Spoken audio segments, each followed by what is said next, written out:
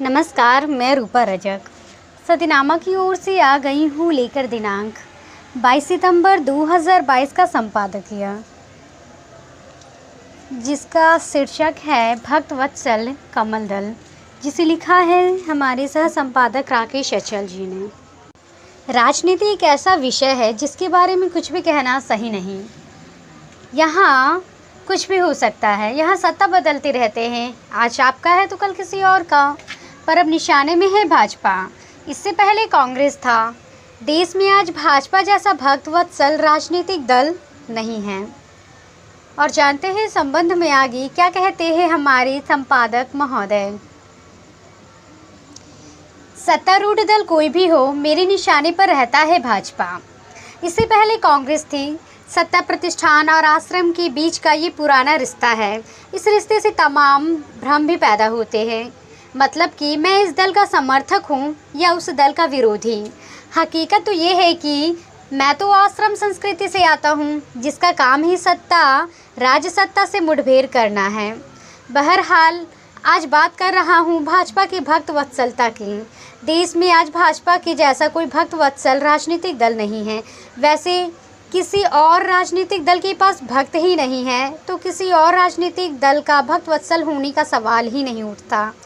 भाजपा में चूंकि ये भक्त है, इसलिए भाजपा का नेतृत्व भक्त वत्सल है, और ये स्वाभाविक भी है। भक्त वत्सल होना आसान काम नहीं है।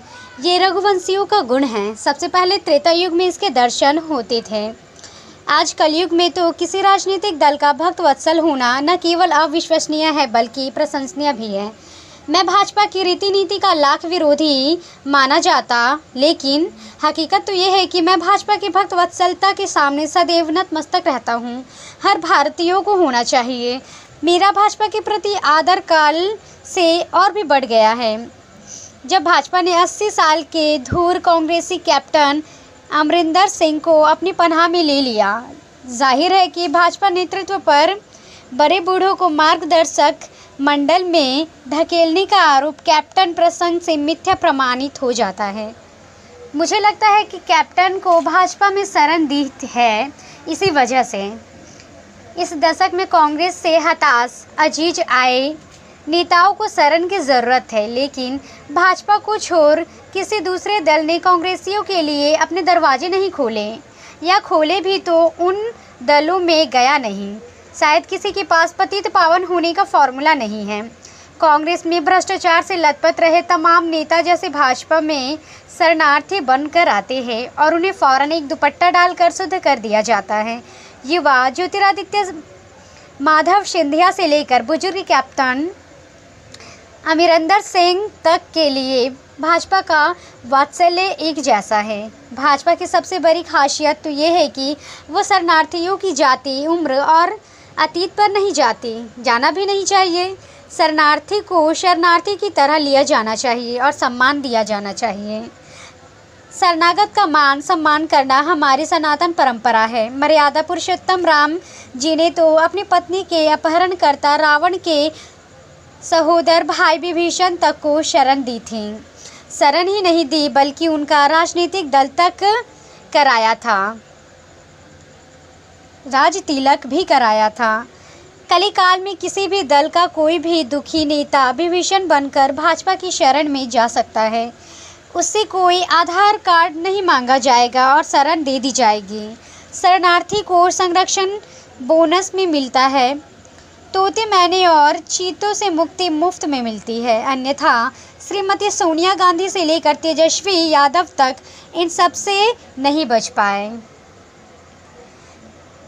राजनीति में पतित पावन होने और तोतों चीतों से मुक्ति पाने के लिए भाजपा की शरण में जाना सबसे सुरक्षित और आजमाया हुआ फॉर्मूला है। इस फॉर्मूले का मूल ही है कि आर्तनाद करते हर दल के नेता को दुपट्टा डालकर अपना बना लो। इससे कम से कम सामने वाले दल की ताकत तो कम होती ही है। इससे सांप भी मरता है और लाठी भी नहीं टूटती। यानी शरणागत को अपनाना परम गांधीवादी रास्ता है। इन दिनों भाजपा से बड़ी गांधीवादी कोई पार्टी मुझे तो देश में दिखाई नहीं देती। भाजपा से चिढ़ने वाले लोग आरोप लगाते हैं कि भाजपा दल बदल को प्रोत्साहित कर रही है, लेकिन मैं कहता हूं कि भाजपा का नेतृत्व शरणागत भाव को पाल पोस रही है। मान लीजिए यदि भाजपा शरणागत शरणदाता ना होती तो बेचारे कैप्टन जैसे लोग चौथेपन में कहाँ भटकते फिरते। उनकी गति भी लाल कृष्ण आडवाणी जैसी ना हो जाती। कांग्रेस ने यदि भाजपा की तरह भक्त वत्सल होने की कोशिश की होती तो मुझे कोई आश्चर्य नहीं है कि आज कांग्रेस में भी आधे से ज़्यादा भाजपाई शामिल हो चुके हैं। कम से कम उन्हें एक अनुशासित और कठोर प्रशासक से तो मुक्ति मिलती। बहरहाल मुझे लगता है कि आने वाले दिनों में तीसरी बार सत्ता की सिंहासन तक पहुंचने के लिए भाजपा में शरण ले रहे तमाम दलों की नए पुराने, आज़ाद और गुलाम किस्म की नेता ही सत्ता की सीढ़ी बनेंगे। इन्हीं भगोरों की पीठ पर अपने कमल दल रखकर भाजपा की अवतारी नेतृत्व को सत्ता सिंहासन तक जाने का सुख प्राप्त होगा।